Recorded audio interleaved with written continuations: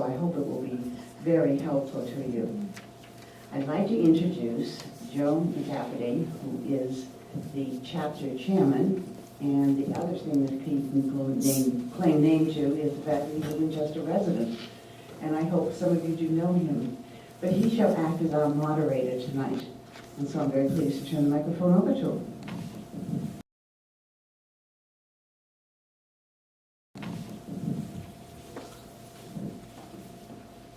Excellent. Well, thank you, Ruth, and welcome.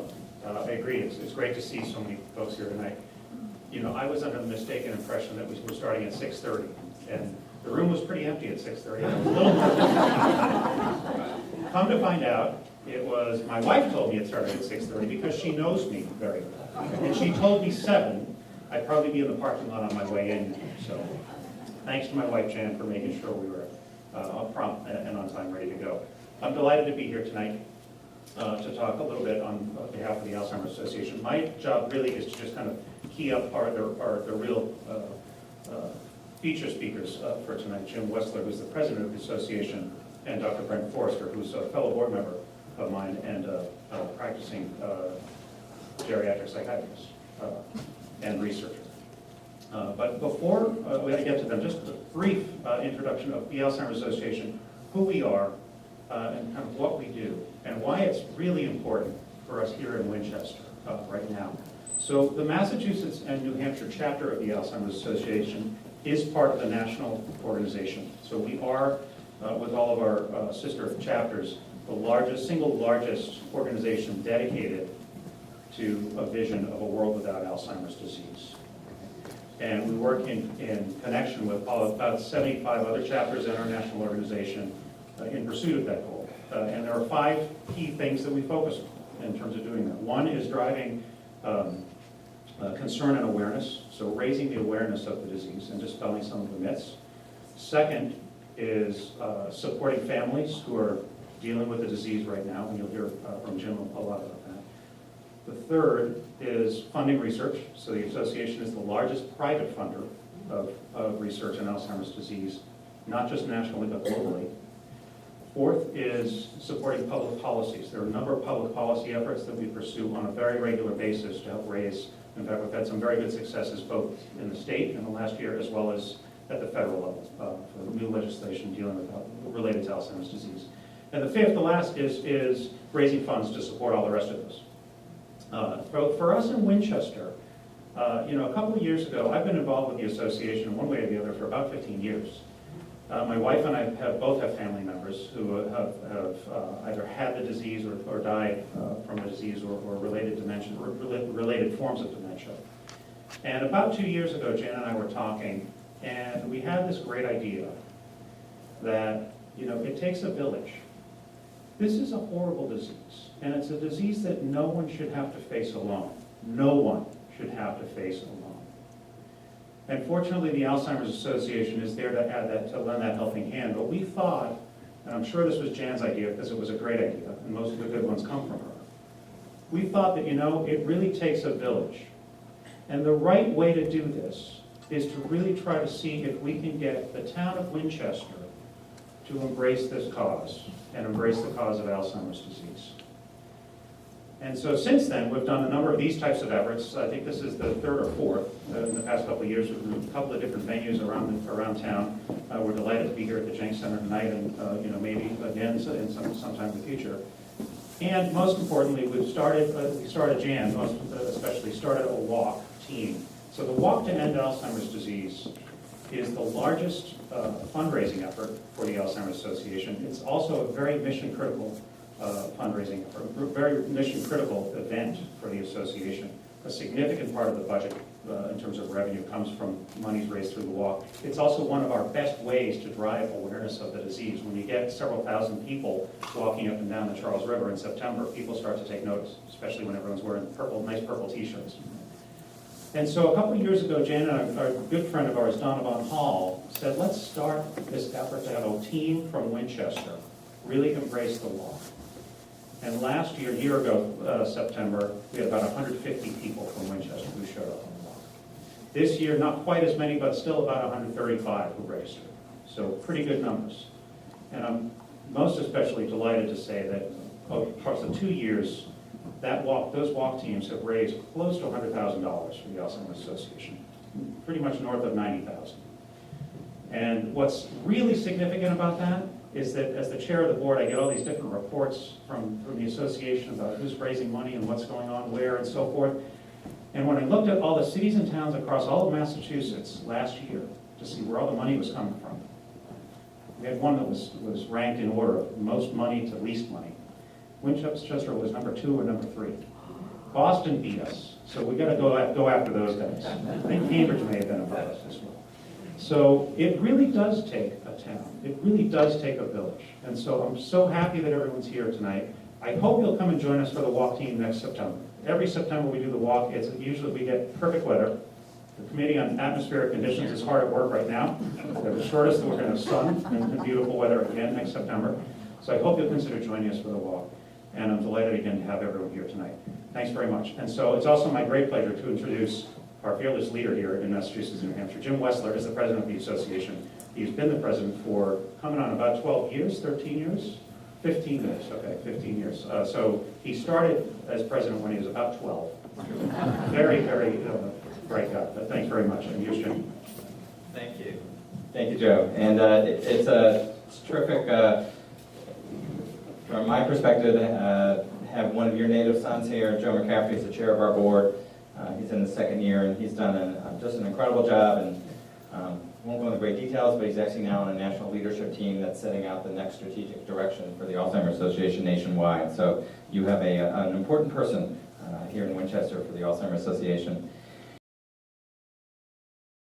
So I'm going to sort of just take a little different approach from what Joe did, and I want to talk to you just a little bit about what the Alzheimer Association, and then we'll introduce Dr. Brent Forrester, who will be giving you a research update, which I know is of interest to everybody here. Let me just ask, how many here are either, whether it's yourself or as a family member, that you are worried about that either has or might have Alzheimer's disease? Just a show of hands. Okay.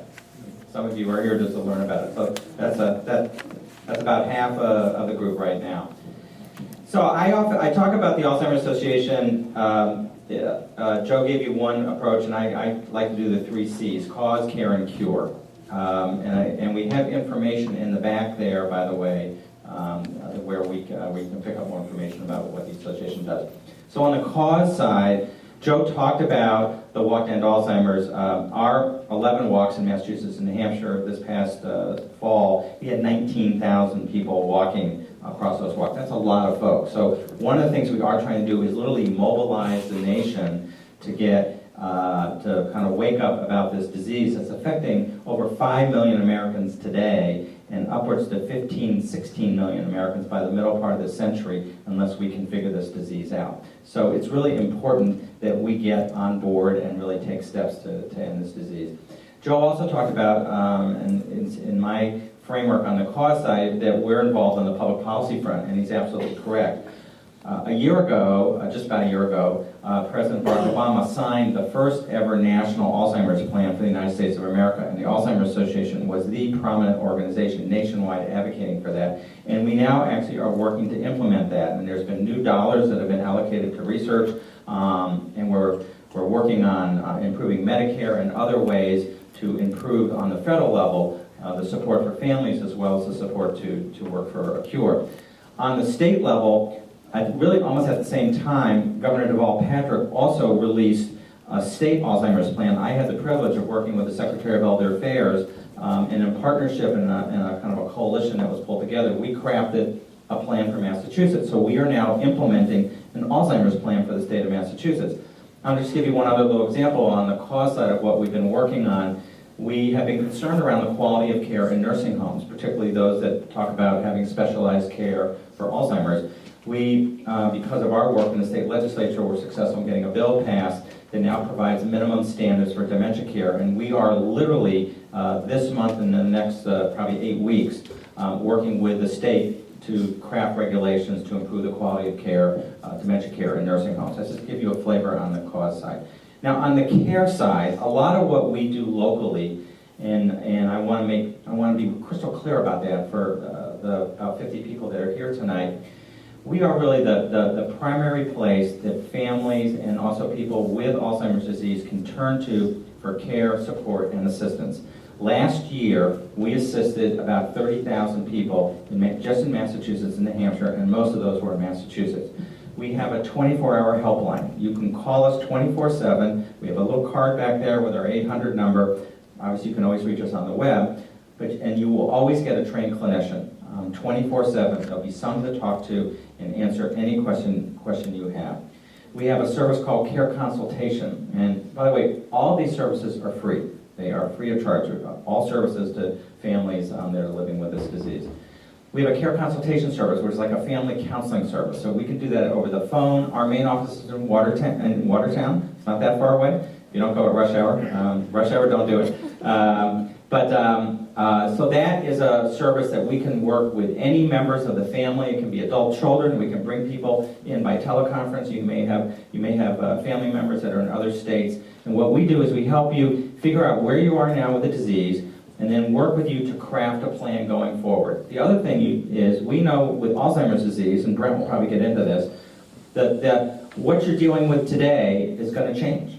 And the situation that you are experiencing today will not be the same 6 months from now, may not be the same a year or 2 years from now. You can always come back to us. You can come back to us with our counseling staff. You can come back to us our 24/7 phone number.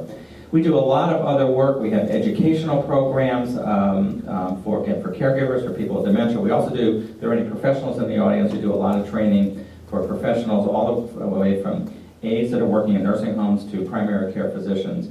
We're a primary place for training professionals to understand and be able to work with their patients or residents in the best possible way. We work with almost 200 support groups, most of which are in Massachusetts, but in the 2 states. And so I guess the story message is, there's a lot of support out there. We also do a lot of information and referring. So we connect people with family services and community programs, whether it's here in Winchester or in the area, physicians. We were talking to, Brent and I separately were talking to someone tonight who was trying to figure out how to get a good diagnosis for her spouse. So we can help with all of that kind of information. And so you need to call us and use us. And again, all of that is free of charge. So the third area is the cure area, and I'm not a scientist, and luckily or a physician, luckily we have Dr. Forrester here. But as Joe said, the Alzheimer's Association is the largest private nonprofit funder in the world of Alzheimer's research. We also are a leader in a number of global initiatives, and it's probably even hard to get your mind around this, but we pull together scientists from countries all around the world working on genetics, on diagnostics, on treatment. And most recently, the Alzheimer's Association has actually been making some of our largest grants in some new treatment trials that are actually going to start. I don't know if you're going to talk about the Diane study. It's going to start next year with a very unusual population of what we call young onset familial Alzheimer's disease. But we're funding some new treatment trials that we'll see, but we're hopeful that we may actually learn, we hope, some new approaches to managing and treating this disease. So cause, care, and cure. So those are just a synopsis of what the Alzheimer's Association is doing. And the only way you can probably get assistance from us is by contacting us. So your first step was coming here tonight, and that's awesome. But I really encourage you to call, come by our office in Watertown, visit us on the web, and again, all that information is back there. I won't throw websites and phone numbers at you. Just pick the information up, and we're here 24/7 to help and assist you. So now it's my pleasure to introduce, you have 2 board members here tonight. You must be important people here in Winchester, I tell you. It's really been our honor to have Brent Forrester as a member of our board. I want to make sure I got all Brent's titles right. So I have my little cheat sheet here. He's director of the Mood Disorders Division of Geriatric Psychiatry Research Program at McLean Hospital in Belmont. He is an assistant professor, is that right? You're assistant professor of psychiatry at Harvard Medical School. He's a member of our board, as I say, he's a member of our Medical Scientific Advisory Committee. He is an Uber volunteer and fundraiser for the association. Joe was talking about our walk. Brent is a big runner, although he's killing his knees. But he just came back from Chicago Marathon. He's done the Boston Marathon. So he does a lot of work to help promote the Alzheimer's Association, this cause, as well as being just a wonderful clinician that we refer families to, and also very active in the area of research. So it's my pleasure to introduce Dr. Brett Forrester.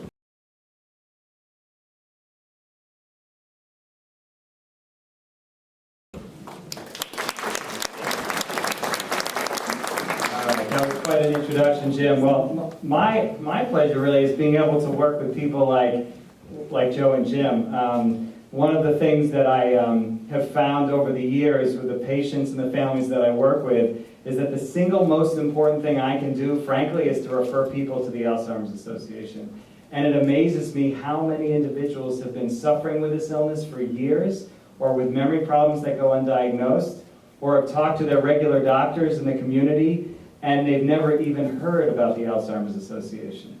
It's really remarkable. You can talk to some of our board members. In fact, the board chair who preceded Joe told me a story once where it took him, I think it was over 3 years before he finally figured out, dealing with his wife who had the illness, that the Alzheimer's Association existed. So I'm really glad to see so many of you here tonight. So what I want to talk about really is 3 things. I mean, I could talk for hours, but I don't think you want to hear me for hours. I'm going to talk about definitions of Alzheimer's disease, and by the way, I always get this question, and I got it earlier tonight. What's the difference between dementia and Alzheimer's disease? It sounds basic, but since I get the question all the time, I'm going to address it. So I'll talk about definitions, so we're all on the same page in terms of what we're talking about. Then I'll talk about some of the complications of Alzheimer's disease and how it affects both individuals with the illness and their families in terms of behavioral issues, behavioral complications. And then finally, as Jim was just talking about, I want to give you a sense of where we're currently at in terms of the treatments we have, but most importantly is where we're headed down the road in the very near future in terms of developing new treatments that are going to have a more profound effect on actually improving the lives of people with dementia and hopefully eventually curing the disease, which, by the way, is the mission of the Alzheimer's Association, is to cure the illness. So first, in terms of definitions, how many of you here have been to a talk on the topic of Alzheimer's disease before? Anybody? So a number of you have. Only maybe a third. And how many of you have read anything on the internet, books, about Alzheimer's disease? Almost everybody. Great. So you may be a more informed audience than most. But let me start out with some basic definitions. So we currently diagnose Alzheimer's disease in a way that is very different than most medical disorders. We don't have blood tests, or brain scans, or genetic studies, or any one biological test that makes the diagnosis. If we did, all your primary care doctors would be able to diagnose it very easily, just like they diagnose heart disease and diabetes with a single blood test. We don't have that. Instead, what we have are a series of what I would call clinical assessments, where we assess people's memory, and we assess how they perform on different cognitive tasks. And we check to make sure we're not missing other medical causes of memory loss, or that you're not taking a medication at night to help you sleep that's messing up your memory function. That happens all the time. How many people here have ever tried taking medications to help them sleep at night? Anybody? Come on. I'll raise my hand. All right, so some of these medications have Benadryl in them, or it's an antihistamine, otherwise known as diphenhydramine. Tylenol PM, maybe one of the most common ones people take over the counter. If you're older than 50 or 55 and you take that regularly, it will affect your memory in a bad way. See, everybody's always surprised. I'm amazed. People come in my office, they're still on the medication. Don't take that stuff. Please talk to your doctor about it. But that will affect your memory in a bad way. Anyway, I could go on. The lists go on and on. But there's so many things that can cause memory problems that are not Alzheimer's disease. So the first thing we do when we're trying to figure out what's causing the memory problem is figure out what's treatable. So it could be a medicine side effect.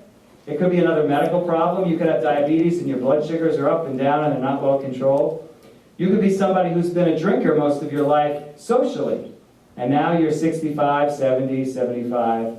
And those 2 martinis at lunch or that drink during happy hour in the early evening is now really too much for your brain to handle.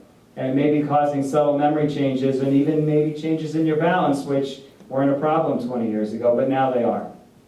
So the list goes on and on. The other thing, by the way, I specialize in working with older adults, but I'm a psychiatrist by training. And so I look for the emotional changes that can affect thinking and memory. Anxiety, out of control anxiety, or even just simple worrying can affect someone's ability to concentrate, pay attention, and be able to remember. Things like depression, which is increasingly common, as not only just with aging, but more importantly, with aging and medical problems. So the combination of getting older with other medical problems and disability can really affect thinking and memory. So those are the things that we look for. There's some basic tests that any primary care doctor can also do. So the reason we get a brain scan, either a CAT scan or an MRI of the brain, is not to say you've got Alzheimer's disease or not. It's to make sure we're not missing something else that's treatable or that's important to recognize, like a blood clot in the brain or a stroke or a tumor or swelling in the brain or something that is important to recognize because some of this is treatable. And then there's some basic blood tests we do to check for vitamin levels and thyroid function.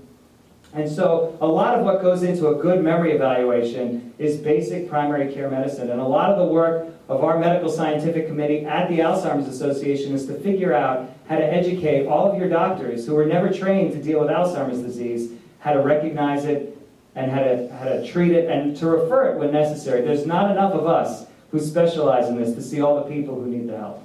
So a lot of what we need to do is to educate the general primary care medical community. So that's the kind of workup that we put people through. And then in order to make the diagnosis of Alzheimer's disease, let's first start talking about dementia. So dementia is more of an overall term, okay? If you want to think about it this way, dementia is like a general term like a car, and Alzheimer's disease is a specific model of a car or a specific type of dementia. And there are probably 60 or more types of dementia that exist. And Alzheimer's disease happens to be account for about 2/3 of all dementias. So it's by far and away the most common. But as Joe was mentioning in terms of your family, dementia is dementia, whether it's the Alzheimer's type or not. It affects people in very similar ways. It affects memory. It affects people's ability to make decisions and to plan and to organize their life. It affects their ability to even name familiar family members, name familiar objects, and this is when the disease has often been going on for a while. So one of the, I think, really frightening things is how often it gets missed. So right now in this country, you heard this already, but 5.4 million Americans have the disease, and only about half of them are diagnosed. And most of the people, when they get the diagnosis, the vast majority, are already in what we would call the moderate stage of the illness. And what I mean by moderate stage is, at that stage of the illness, the person can no longer drive safely. They can no longer pay their own bills, and many of them really should not be left alone without supervision. It often will take a crisis or an accident or something like that for the illness to be recognized. And so one of the things that we need to do better as a field is to push diagnosis a lot earlier. Not to scare people, but to plan. To be able to make the diagnosis, to improve quality of life. I mean, most of the time what I think about with my patients and their families, because so much of the time we talk about the dependency needs that start happening and taking away things, and nobody wants to be told they can't drive or they can't do this or they can't do that. What we try to focus on is what they still can do. You know, with memory problems, with dementia, there's still a lot that you can do and contribute in a very meaningful way to your family and to the community.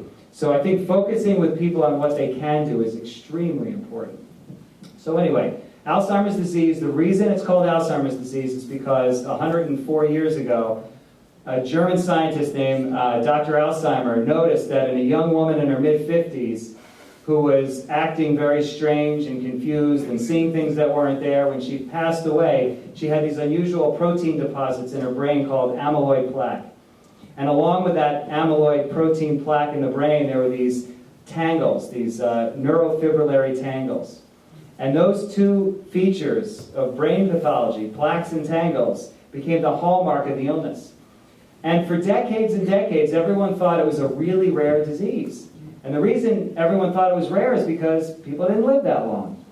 And as we started to live longer because of improvements in medical care with treating heart disease better and picking up cancer and treating cancer better, and primarily getting rid of infectious diseases that were a huge killer, people started to live into their 70s, 80s, 90s, and now it's not that uncommon to see people living well above 100 years old. And that, the demographic group in this country that's that's growing the quickest are people over the age of 85.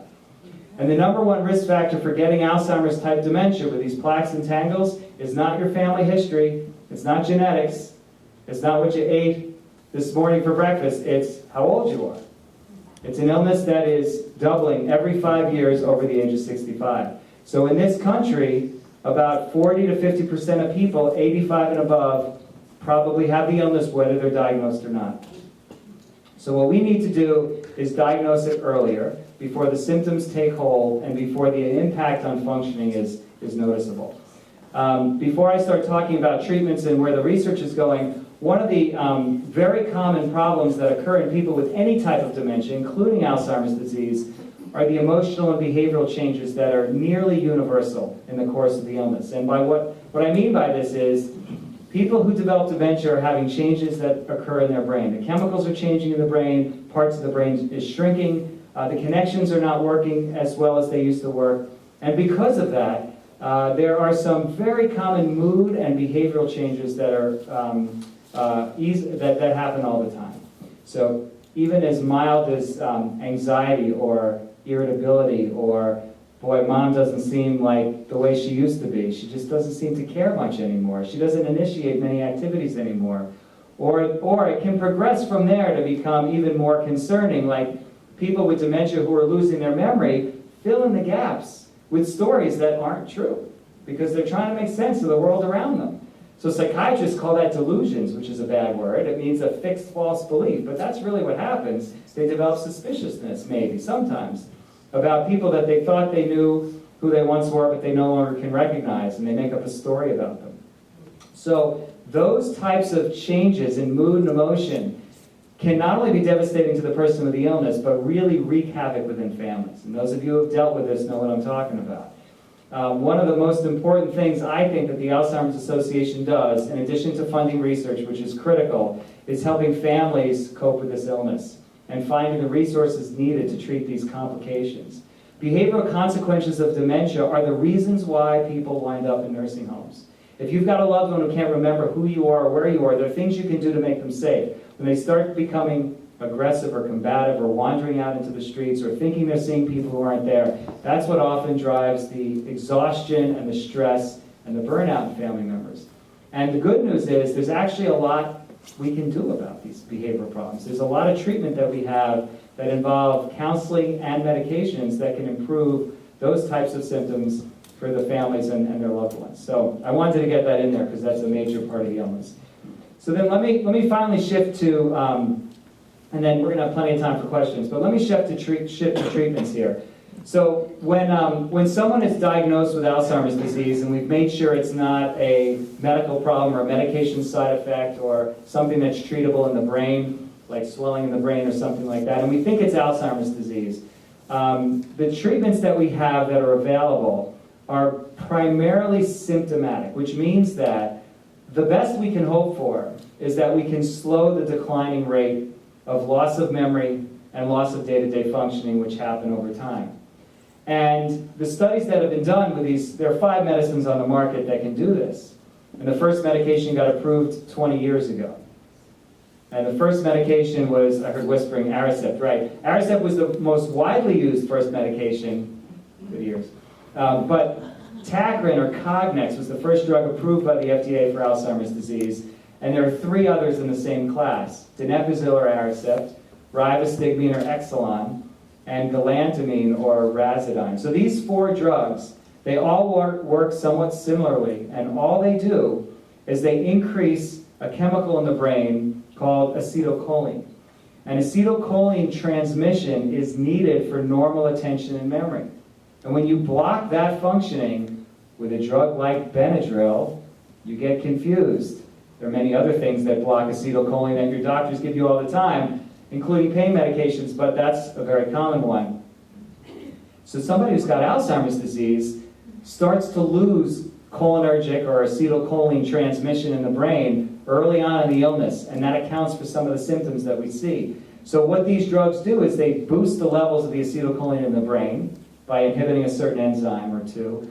And that improves, in a short term, maybe 6 to 12 months, the rate of decline. What we don't really have is data beyond 1 or 2 years with a placebo, because most people would agree that it's probably unethical to treat people knowingly without an active medication if we have medications that are available. So the longest we really have comparing drug versus placebo is about a year. And then if you follow people 2, 3, 4, 5 years out, you develop what we call a selection bias. So the people who stay on the drug might be the ones who are getting better or are benefiting anyway. So it may falsely elevate our belief about how effective they are. What I would say about these medications in general, and we treat people all the time with them, is that they can, in some cases, really slow things down.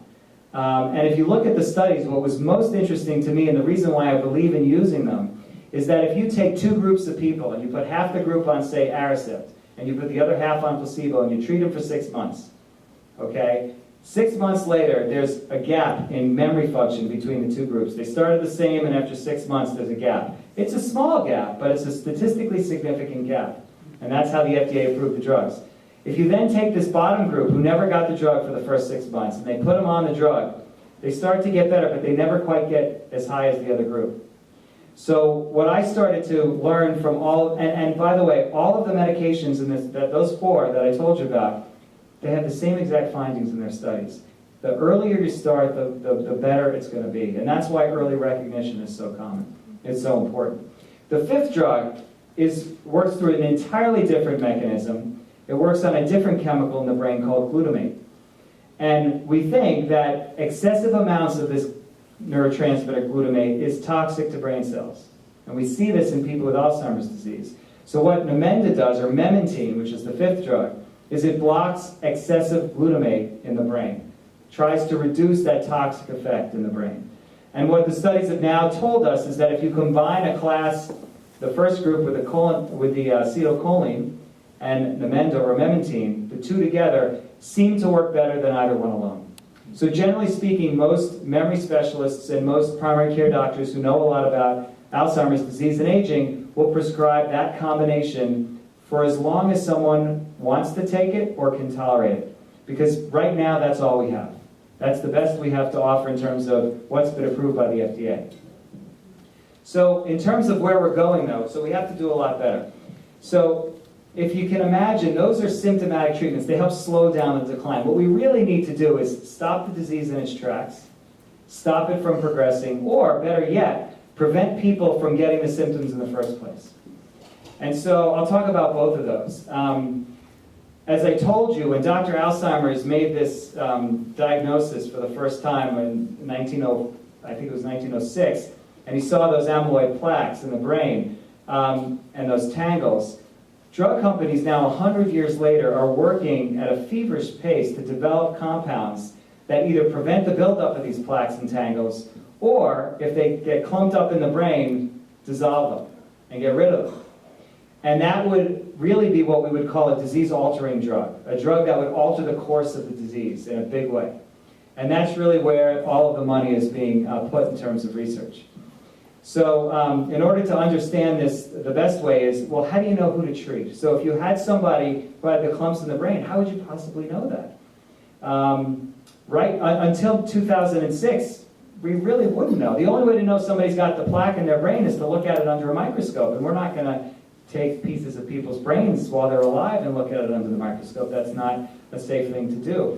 So in 2006, very smart researchers developed compounds that you can inject into the bloodstream, and with a fancy imaging test called a PET scan, you could label the plaque in the brain, you can see it light up. And these are called, I'll call them amyloid imaging scans.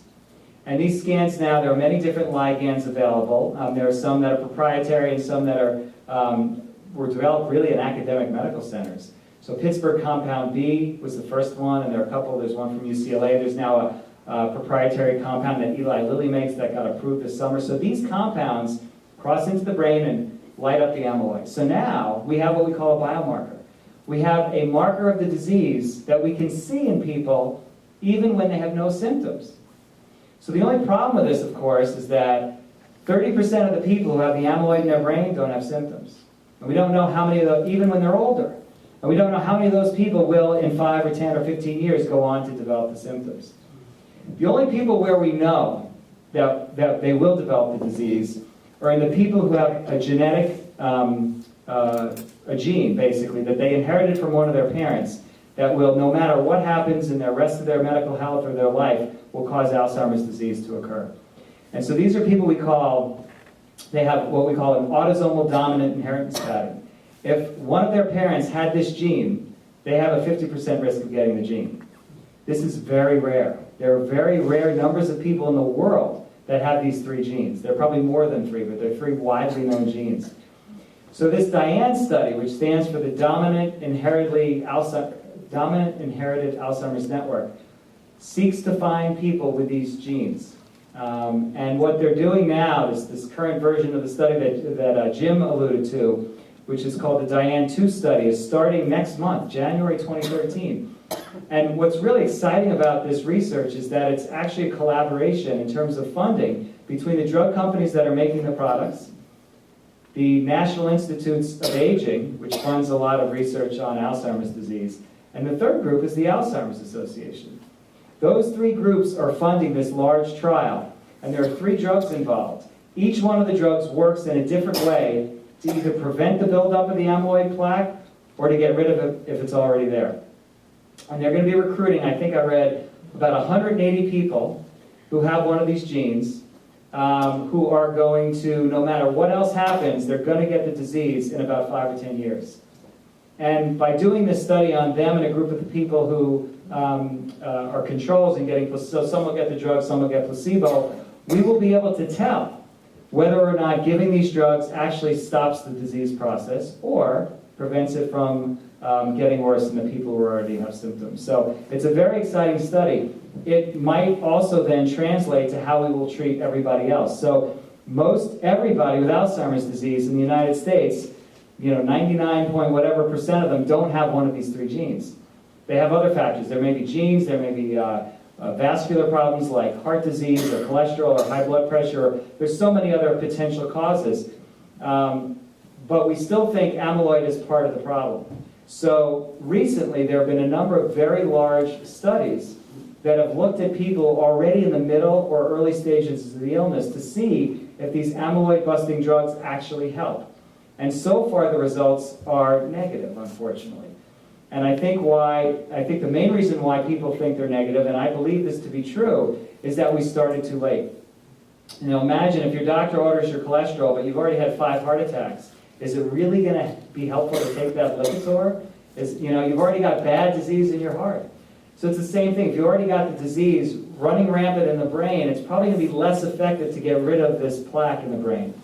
So what the most recent study that was reported on just a few months ago found is that for those people who are very, very early in the disease in terms of memory problems, when they're given one of these amyloid drugs, they actually demonstrated a benefit.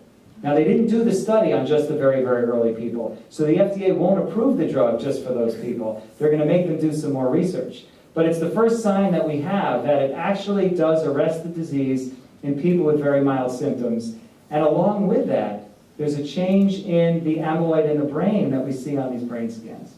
So my perspective as someone who treats people with this illness, hears from families all the time, and is involved in the Alzheimer's Association, is that in the next 5 years, we're going to know for sure if this amyloid idea that first got brought up over 100 years ago is right or not. Because some people will say it's really not amyloid. Amyloid's just sort of a bystander. There's something else that's causing the amyloid to be there, and until you figure out what that is, it's not going to matter.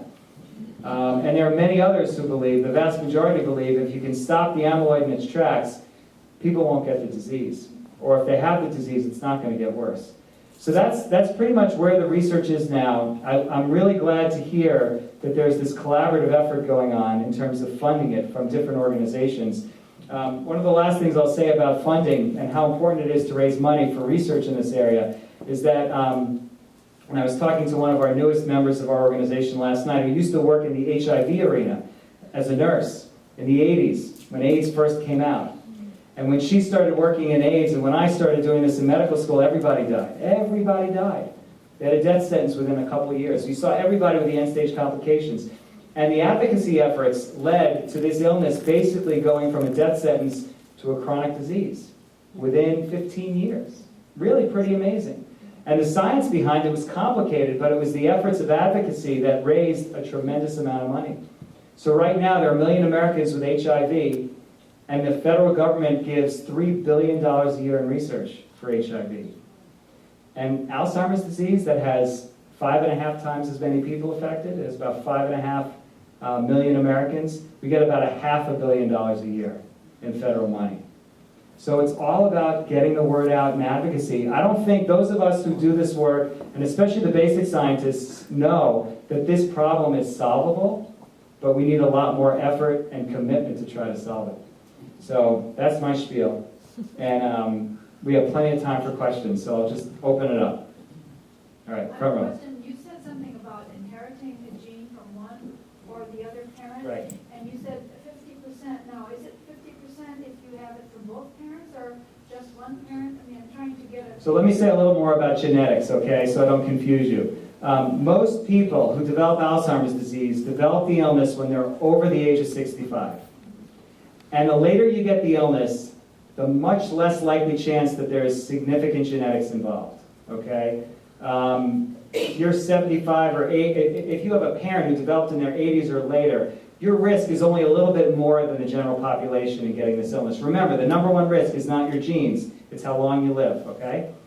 So those people who develop the illness when they're young, okay, with this autosomal dominant, the one parent has it, you have a 50% risk. People who get the illness with that genetic inheritance pattern are generally in their 50s or a lot younger. The youngest I ever saw was someone who was in her mid-30s. She got sick in her late 20s, and it ran in her family, and it was highly unusual. I'll never see another case like this again. But that's what I'm talking about. They're really rare, and they're very young onset. Not always that young, that's unusual. But 40s, 50s, not unheard of. The vast majority of people develop the illness later in life. There are genes involved. The most common one that's involved with the later onset variety is called the ApoE4 allele. And the problem with this allele is that although you may inherit one or both copies from your parents, which will increase your risk of getting the illness, if you were to get a blood test for this and you found that you had it, it's not a good enough test to tell you that you're going to get the disease. You might have the test positive and never get the disease. Or it might be a false negative and you will get the disease. So we do not, in general clinical settings, without research involved, we do not do routine genetic testing. If you're interested in it though, and it runs in your family and you want to get tested, there are centers that will do testing, and you can get a commercially available test to find out if you have these genes. But you really want to meet with someone who's an expert in what it means, what a positive test really means, and that you're involved in some type of research program. So is that helpful? Yes, Okay. thank you very much. Yeah. Is there an animal model for Alzheimer's research? Yes, so the question is there an animal model for Alzheimer's research? There is. Excuse me? Other than humans? Yeah, so there are. In fact, the main reason why the whole amyloid development has been so extraordinary, really, the Alzheimer's treatments have been extraordinary over the last decade and a half, is because people developed mice models of Alzheimer's disease probably 20 years ago now, where they were able to engineer mice because they found these genes. They were able to engineer mice that would, what we call, overexpress the amyloid plaque in the brain of the mice.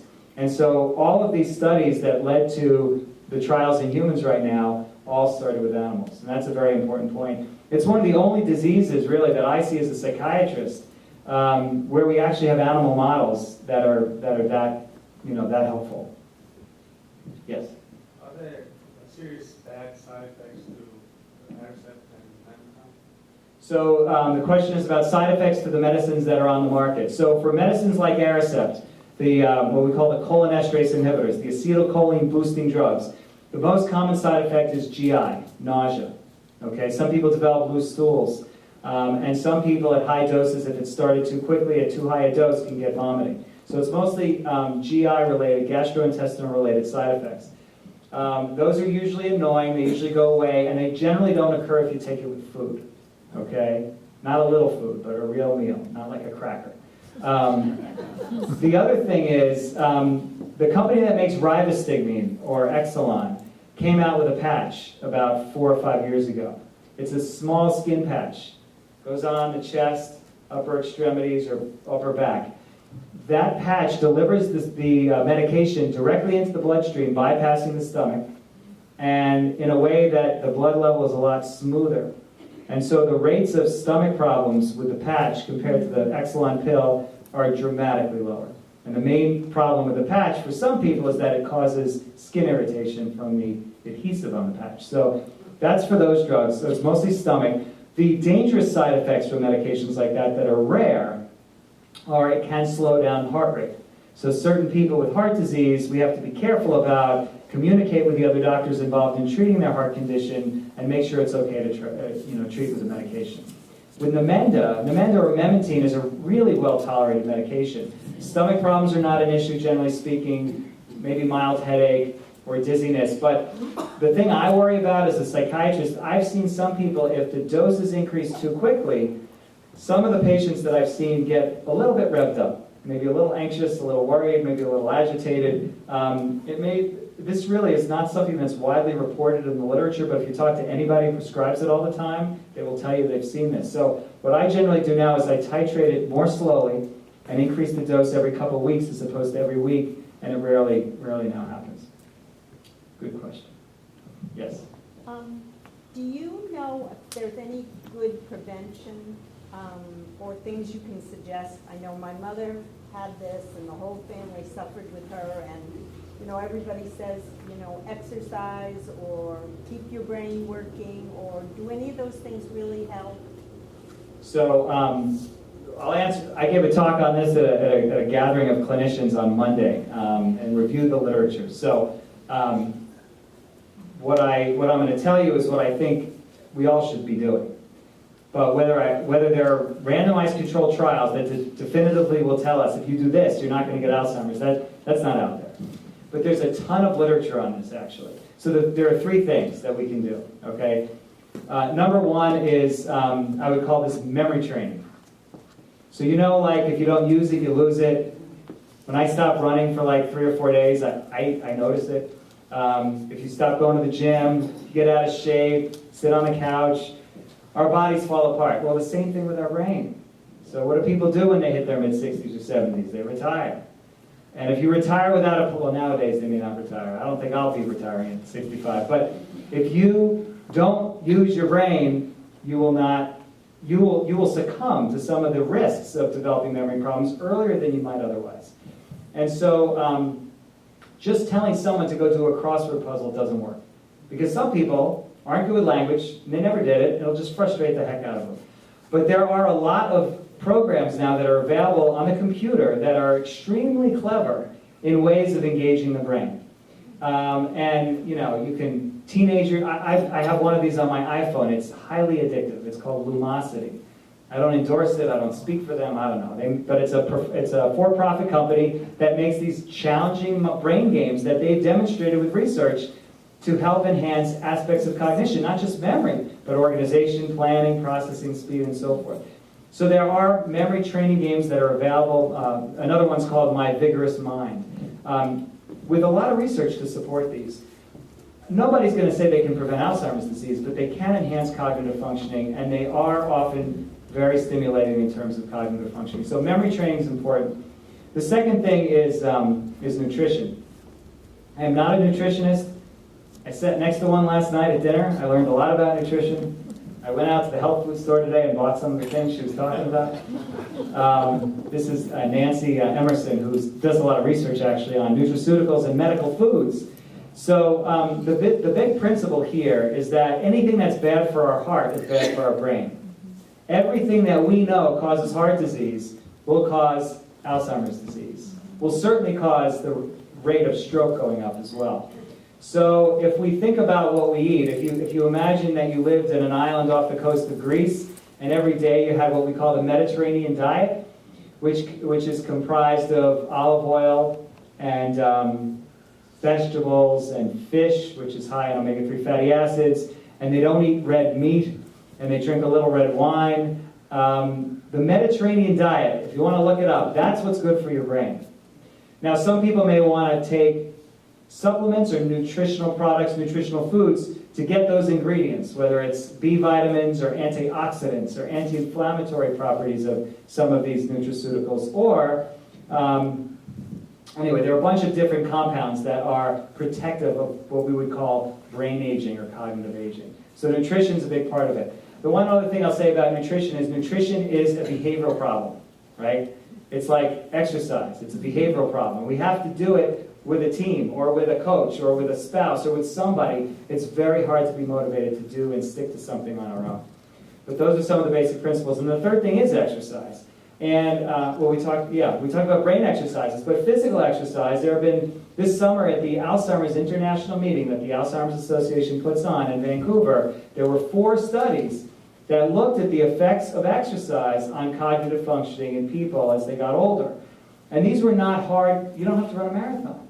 You can, but you don't have to. You can do things like simple exercises that involve walking and strength toning, yoga, things like that really have an effect on cognitive aging. So memory training, exercise, and nutrition are things that we all can do. And then the last thing I'll say, which is not on that list, but is really important, and this comes out of studies. If you look at people who've been followed for their entire lives, from the time they were in high school until their 80s, in a study of adult development by George Valiant, and he's published many, many books on this, actually. What they found was that one of the key ingredients to healthy aging and successful aging is social engagement. The fact that you're all here tonight is a good thing. You're not isolated in your own home. But social isolation, this happens to people with aging. You guys all know this. Loss of spouse and friends, retirement, all the different things. The kids move away, the grandkids are hours away. Social engagement is so important, and that is one of the major keys to successful aging, and I truly believe it helps in terms of cognition. So hopefully that answered. Yes? You mentioned that the amyloid blocks a neurotransmitter, the same one that Tylenol PM suppresses. Does that indicate, if you have Tylenol PM bother you, is that an indication you're more sensitive on that neurotransmitter? So, a couple things. First of all, the presence of amyloid in the brain is associated with Alzheimer's disease and leads to other changes that cause death of brain cells. And then as those brain cells die, they produce less of the chemicals. So it's sort of an indirect effect, but yes, as the brain cells die, there's less of that acetylcholine in the brain. If you take Tylenol PM, or any medicine that has that type of effect by blocking acetylcholine, and it affects your memory, it can happen to a 30-year-old who's completely healthy. So it doesn't have to be a sign that you've actually got amyloid in your brain. But it is a sign that you should stay away from that stuff, because it's going to really affect your performance the next day, and maybe even worse than that. Is Ativan one of those? Yeah, so Ativan works differently. So you want me to give you the list of drugs to stay away from? Right, so Ativan is what we call a benzodiazepine. It's an anxiety-relieving drug. If you go into your doctor and you're 75 years old and you tell your primary care doctor that you're anxious and you can't sleep and you're not eating well and you're worried about everything, they'll likely give you a medicine called Ativan or Klonopin or Xanax or something like that. And it may work for a night or two, and it certainly will calm you down. But you're going to wind up on that drug for a while because it really helped. And then you're going to start seeing the bad side effects. And the bad side effects can be confusion, can be balance and falling problems, can be making your mood even worse. So I generally try to stay away from that entire class of medications in people who are getting older because I see the bad things that can happen. There are other ways. If you see somebody who understands how to manage anxiety, there are other ways to deal with it that don't involve that class of medication.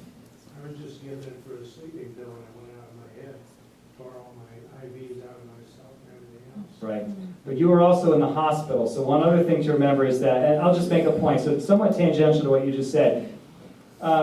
Somebody who has Alzheimer's disease, the rate of the decline in the illness is really slow. Years and years.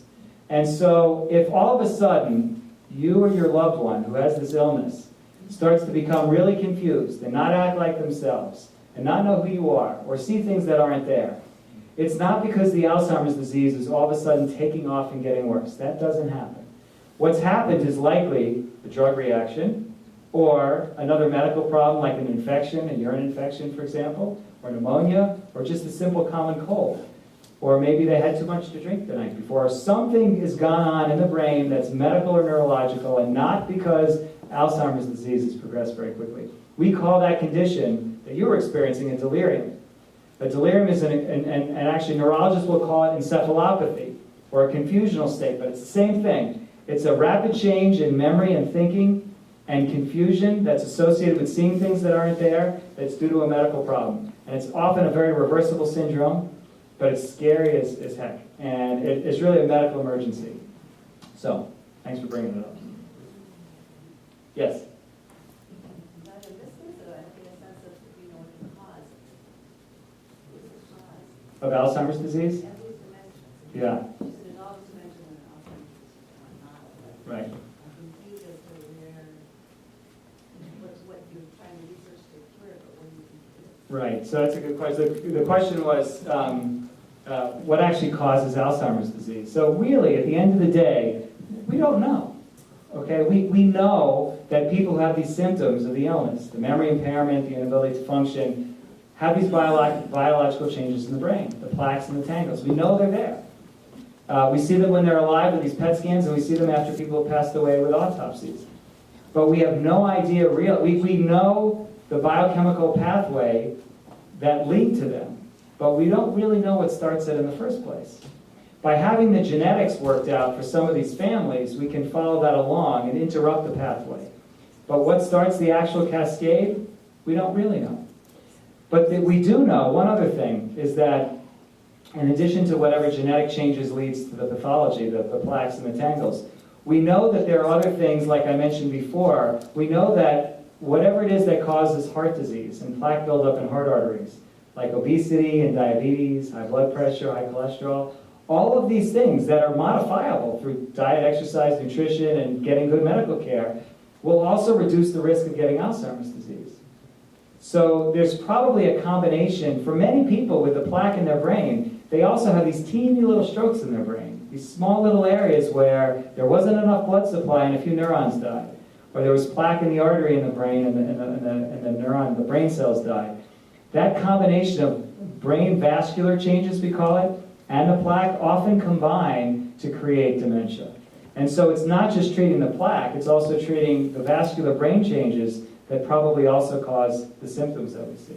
So that's probably not a fulfilling answer, but that's probably the best I can do. And it helps us, one of my other questions, my mother in the last year went from pretty crying to very dramatic drops, which you say isn't part of Alzheimer's, but what I explained to me, I didn't even verify it, when you were saying, just a little bit, she had heart failure, different things happened, each one, Right. in a few months, she like, her brain Right, clearly suffered, even though with her medical condition, 16 she was fine. right. Like all sorts of different things, but dramatic changes. Right, so when people experience significant medical problems, and they've already got, say, mild Alzheimer's disease, and they're mildly affected, they can see what we call this falling off the cliff phenomenon, where things are dramatically worse. And the problem is, they may never get back to where they were before. Even if all those medical problems are treated, it could take months, or it could never get back.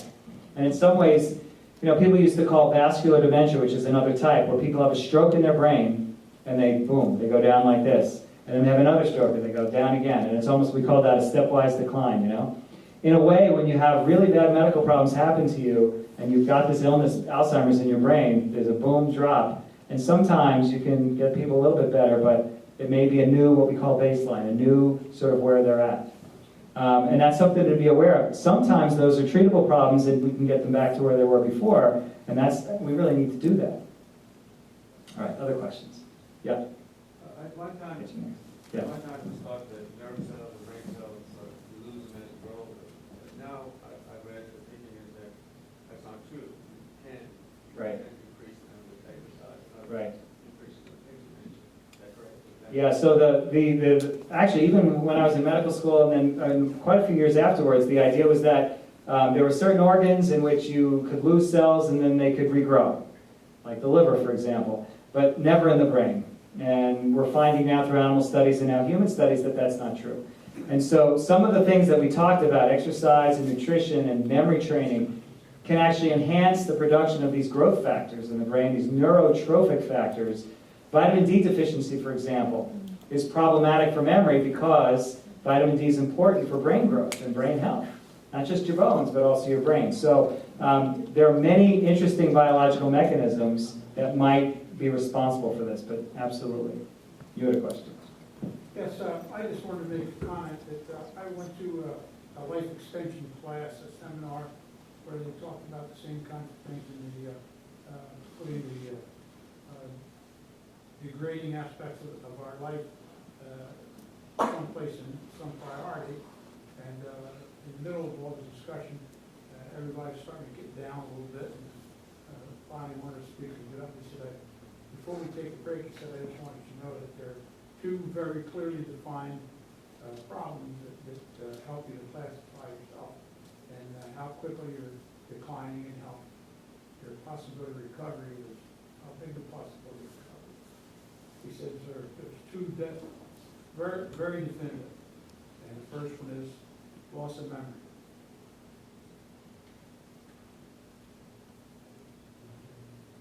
That's right. He couldn't remember it. He couldn't remember a second. And everybody left laughing, right? Well, they did, and then when you know, at first we were shocked. And we were all a bunch of physical educators, so we thought we could everything up, push-ups and all that stuff. And so, you know, on the way out, the guy said to me, I thought that was a great way to end the lecture. And I said, yeah, it just took me till now to realize that if we didn't know that, we wouldn't know we were there. We couldn't remember. All right, I'll take a few more. Yep, right back there. I was wondering if you have any idea what percentage of people who have been diagnosed with Alzheimer's do take the medications like Aricept and so on? The figures that I quote usually are about half of the people who are diagnosed are actually treated. And on what basis might that be? You mean why only half, or? So I think there are probably a number of factors. One is who are they treated by? So I think there's a general feeling amongst the specialists out there, like psychiatrists who do work with the older adults, or neurologists who specialize in this, or geriatricians, that these medicines play a role. It's a modest role, but it's a worthwhile role for people who want to be on them, who tolerate them, who may be seeing some benefit. But I think there's also the idea out there that, generally speaking, you don't see a huge improvement. And so I think primary care doctors especially, and I don't mean to pick on them, but primary care doctors are geriatric psychiatrists, whether they like it or not. They're seeing older adults predominantly who have depression and memory problems, so they're geriatric psychiatrists, okay? But whether they like it or not, they don't necessarily believe that there's a lot of difference that they're seeing. And if the family says, I'm not seeing any benefit, then they don't push it. So what I usually think about are the studies and the clinical experiences I've had where people have been on Aricept for, say, 5-6 years. And someone says, well, let's just take him off because he seems, it's not helping anyway. And within 2 or 3 days, it's as if they hadn't been on the drug for 6 years and they crash. And they have trouble remembering who they are and how to eat and feed themselves. And I've seen this quite a few times. So I'm very, very cautious about stopping these medicines unless there are 2 things. Number one, the side effects are really problematic.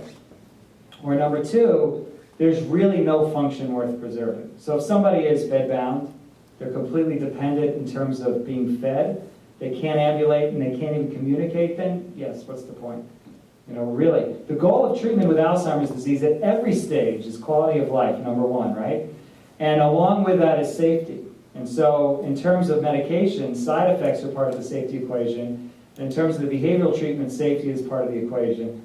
Sometimes those 2 things are at odds, right? If somebody's quality of life is defined by the ability to drive, but it's not safe, then that's a struggle we get into. But that's something we have to deal with. And the medical community has to deal with that. They can't run away from it. And that's the way I feel about it. And I know a lot of physicians don't feel comfortable with it. And certainly, so what I tell people is, let me be the bad guy. Let me be the one who tells your spouse or your parent that it's time to give this up. But anyway, so that's probably why. It all gets back, by the way, to ageism, which is sort of a bias that many of us have about what it's like to get older. You know, this idea that, well, if I were that age and I had those problems, well, I'd be depressed too, or I wouldn't want help either. Yeah. Is there an age at which your likelihood of getting the disease decreases? Oh, that's interesting.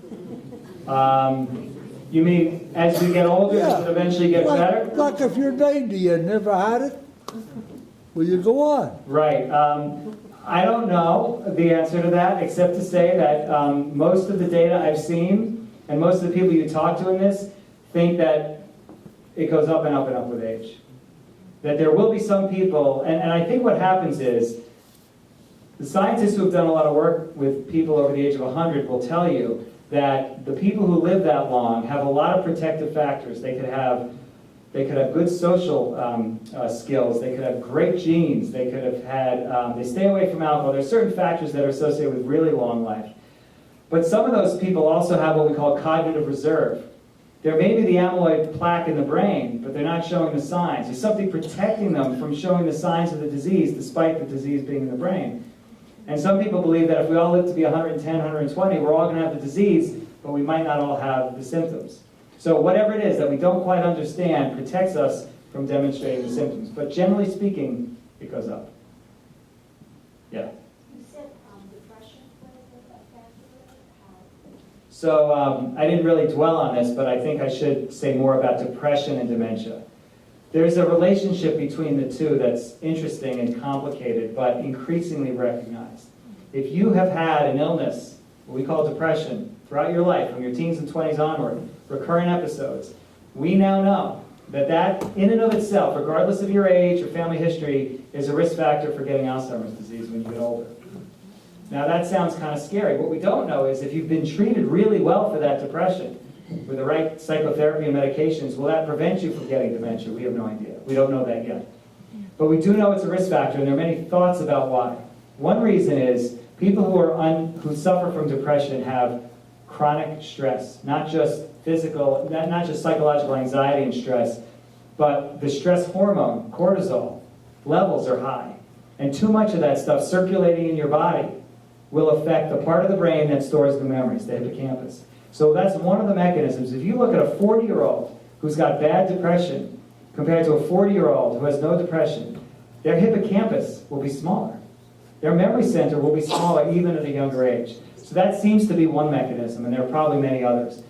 And then if you developed Alzheimer's disease, but you never had depression earlier in your life, about 40% of those people will have a depression syndrome in the setting of Alzheimer's disease. Not just because they're realizing they're losing their memory and their life is changing, but because of the brain changes that are happening in the context of this disease that are changing all those brain chemicals we need to be in balance, or else we're going to develop depression. So there are all sorts of reasons why these two illnesses interact. So hopefully that helps. Yeah. Yeah, right. I just have a quick question. As people age, do you recommend that they change from their primary care physician to a geriatric physician so they would catch things quicker or be treated more efficiently than the regular primary care? Because they do a general population, Right. whereas the geriatrics would do the Right. older issues. So the tough thing about this issue, the question is whether or not, as we age, should we all be seeing geriatricians? Ideally, yeah, but it's not going to happen. Right now, if you're a 3-year-old, your parents take you to a pediatrician, and there are plenty of pediatricians. Nobody thinks twice about it. You never bring a 3-year-old to go see a general internist who treats 50-year-olds and 60-year-olds. We just don't have a lot of geriatricians. We don't have geriatric internists. We don't have geriatric psychiatrists. We don't have geriatric neurologists. We just don't have enough of us who get specialized training, which is why primary care doctors increasingly are going to need to learn more and more and more about aging and be trained. And it's not just physicians. It's nurse practitioners and other primary care clinicians that are going to be part of, as healthcare reform happens, a lot of aging-related issues will be happening within primary care. And those of us who are specialists need to be part of that system of care in some way. And those models are not really yet developed. There are some demonstration projects out there. We're involved with some of them here. How do you get primary care doctors to recognize memory problems and then treat them? Well, one way you can do it is you get people who are interested in the fact that a lot of their patients are developing memory problems. They have no idea what to do with them. And the first thing they do is they call the Alzheimer's Association. And they have clinicians who are employed by the Alzheimer's Association to give advice and guidance to the patients and their families. And that's a great first step. If that happened to everybody with a memory problem, we'd pick things up earlier. But right now, I don't think we have enough. It really is about education and awareness in the medical community. I'll just give you one example. So geriatric psychiatrists right now in the United States, there are about 2,000 of us, but we're growing at such a slow rate, it's sort of pathetic. There are 120 spots, or maybe 110, for new people to be trained every year. To become a geriatric psychiatrist, you got to do 1 extra year of training after 4 years of psychiatry, which is after 4 years of medical school, okay? So if you happen to choose to go into our field, you can go to one of these 105 spots around the country to be trained. Last year, only 45 people filled those spots. So we're seeing a shrinking in the number of people in our field, not a growth, which is what we should be seeing. And I can tell you why, my personal bias, but there are a lot of reasons for that, and it's a huge problem. So a lot of what I do, frankly, within my organization, the Geriatric Psychiatry Group, is to get medical students and even younger interested in aging. And that this is an awesome field to go into. I mean, I can't think of anything better, frankly, within the field of psychiatry than to work with geriatrics, but that's me, yeah. Does reimbursement have something to do with that? Yeah, so reimbursement's a big problem. So people see on the news that Medicare is getting cut. You know, January 1st, if they don't figure out the fiscal cliff, there'll be a third, every time I see an older person in my office, I'll get 30% less, or at the hospital, I'll get 30% less. So a busy primary care physician who has 80% of their practice in Medicare, they're going to get a huge 30% reduction in income starting January 1st. So medical students see this, and they've got $160,000, $200,000 in loans. They're going to look at the specialties that are still paying a lot more money. So I think a lot of people going to geriatrics love it. You know, they have a reason why they went into it, they enjoy it, but it's generally not. So one is reimbursement.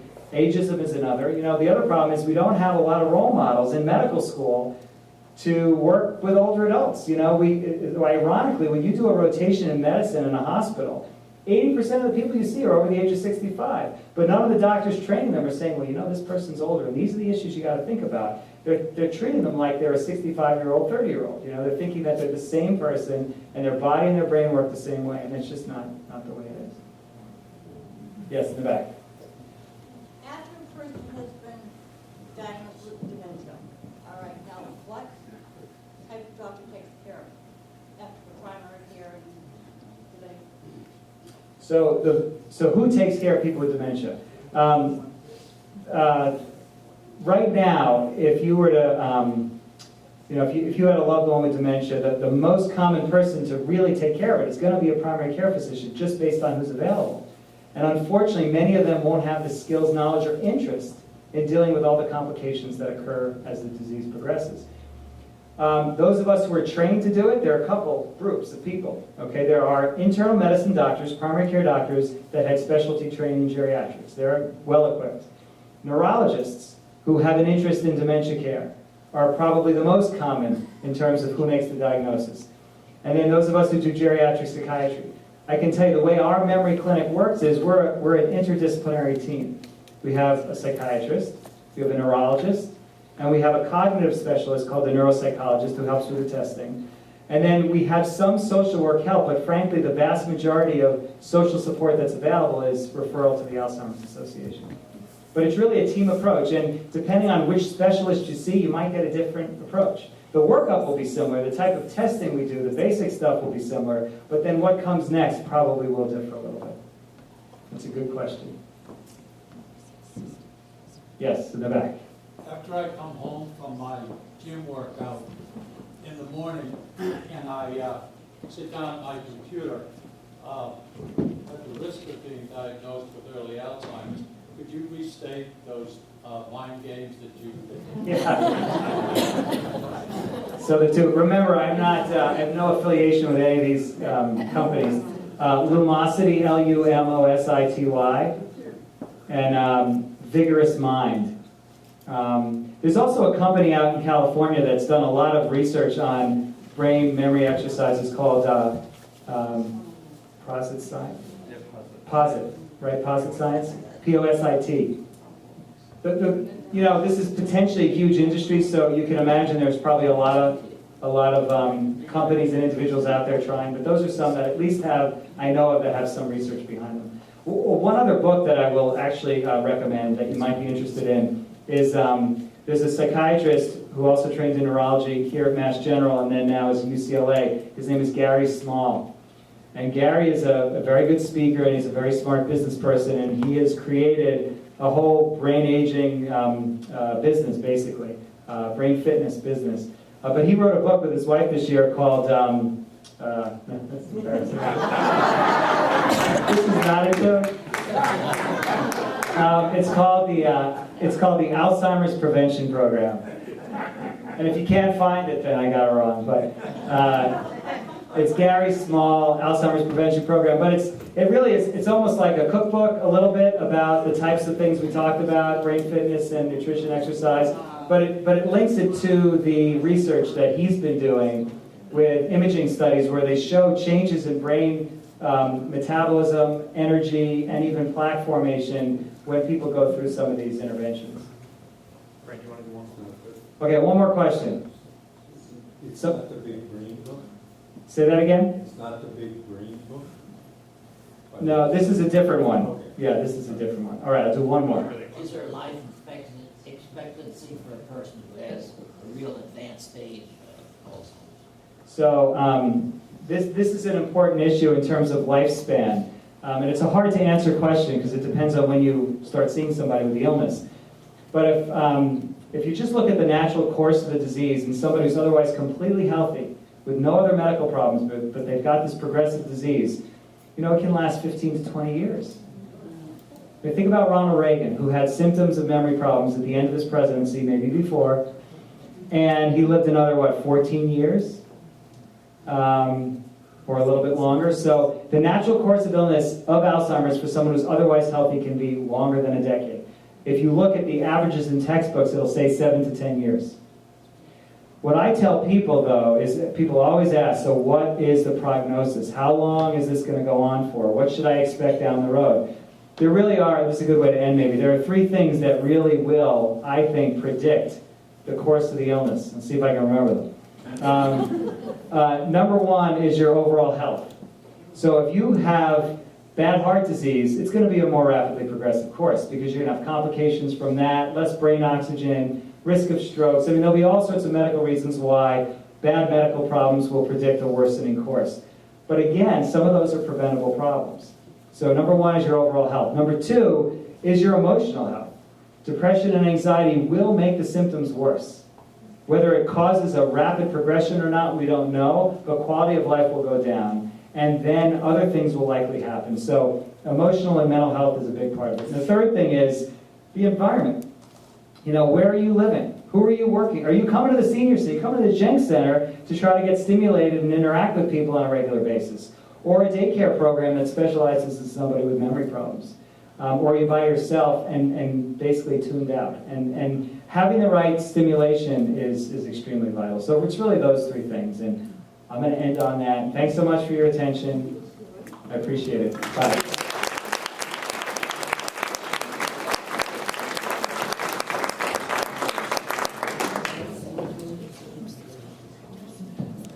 Thanks, Brent. So I love having Brent come and do these things because you kind of wind him up and let him go. If I hadn't told him to just do one more question, he would have stayed here all night. And I'm sure if he doesn't have to dash out to put his kids to bed or something, he'd be happy to answer more at the end. So thank you all for coming tonight. I'd like to thank the Jenks Center and group for being our hosts for this evening. As I said, it takes a village with this disease, and you aren't alone. The Alzheimer's Association is here to help support you and your family and your loved ones.